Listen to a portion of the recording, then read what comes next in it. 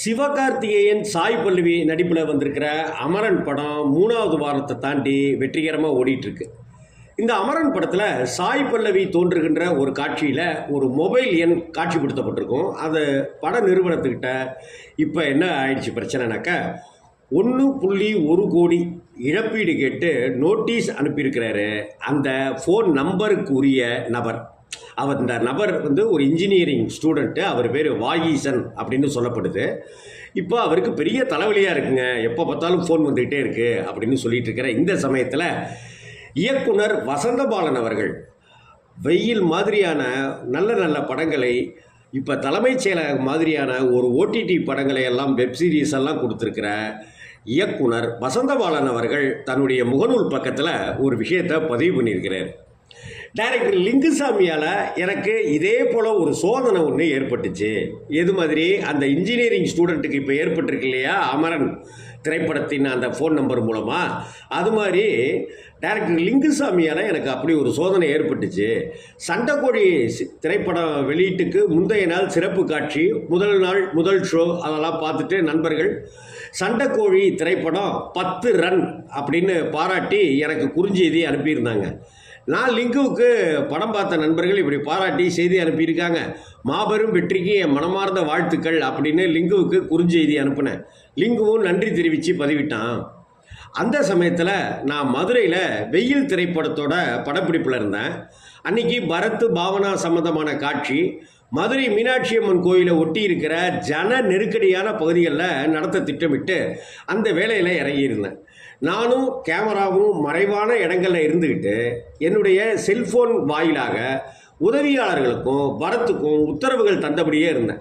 காலை 7 மணியிலிருந்து சம்பந்தம் இல்லாத எண்களிலிருந்து என்னை அழைத்து, நீங்கள் தான் நடிகர் விஷாலா, நீங்கள் தான் டைரக்டர் லிங்குசாமியா அப்படின்னு தொடர்ந்து ஃபோன் கால்ஸ் வந்துக்கிட்டே இருந்துச்சு.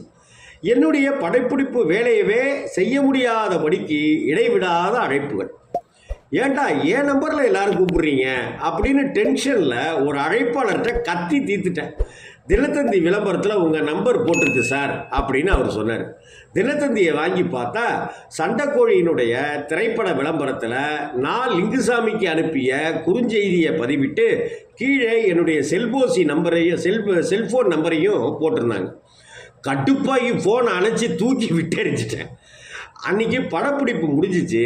நைட்டு லிங்குசாமிகிட்ட ஏடா இப்படி போட்டிங்க அப்படின்னு, படத்தை பற்றின பாராட்டுகளை இப்படி புதிய விளம்பர உத்தி வாயிலாக விளம்பரம் செய்ய முயன்றோம் அப்படின்னு பதில் சொன்னான் லிங்கு. மனசுக்குள்ளார வெங்காய உத்தி அப்படின்னு திட்டிக்கிட்டேன். படம் மாபெரும் வெற்றி அப்படிங்கிற மகிழ்ச்சியில் இருந்தான். எதுக்கு இந்த நேரத்தில் என் சங்கடங்கள் அதையெல்லாம் லிங்குகிட்ட பகிரணும் அப்படின்னு சொல்லிட்டு அப்படியே பேசாமல் வாழ்த்துக்களை மட்டும் பகிர்ந்துட்டு செல்ஃபோனை அணைச்சிட்டேன். நீண்ட இரவு முழுக்க நீங்கள் விஷாலா லிங்குசாமியா அப்படின்னு ஃபோன் வந்துக்கிட்டே இருந்துச்சு. இது 1 மாதம் வரைக்கும் தொடர்ந்துக்கிட்டே இருந்துச்சு. அந்த நம்பரை மாற்றின பின்னாடி தான் நான் தப்பித்தேன். இப்போ இந்த அமரன் பட விஷயத்துக்கு பார்த்தாக்க, அவர் 1.1 கோடி இழப்பீடெல்லாம் கேட்குறத பார்த்தாக்க, நாமும் லிங்குசாமிகிட்ட இழப்பீடு கேட்கலாம் போலையே அப்படின்னு வசந்தபாலன் குறிப்பிட்டதோடு மட்டும் இல்லாமல், அவர் நண்பா குடும்பத்தோடு கேண்டில் லைட்டு டின்னர் தான் அப்படின்னு செல்லமாக பதிவிட்டிருக்காரு. இந்த சமூக வலைதளங்களில் இந்த செய்தி இங்கே எல்லாராலையும் பகிரப்பட்டு கொண்டு வருகிறது. இதில் லிங்குசாமி சாருக்கும் வசந்தபாலன் சாருக்கும் 2 பேருக்குமான அந்த அன்பு நமக்கு தெளிவுற தெரியுது. வணக்கம்.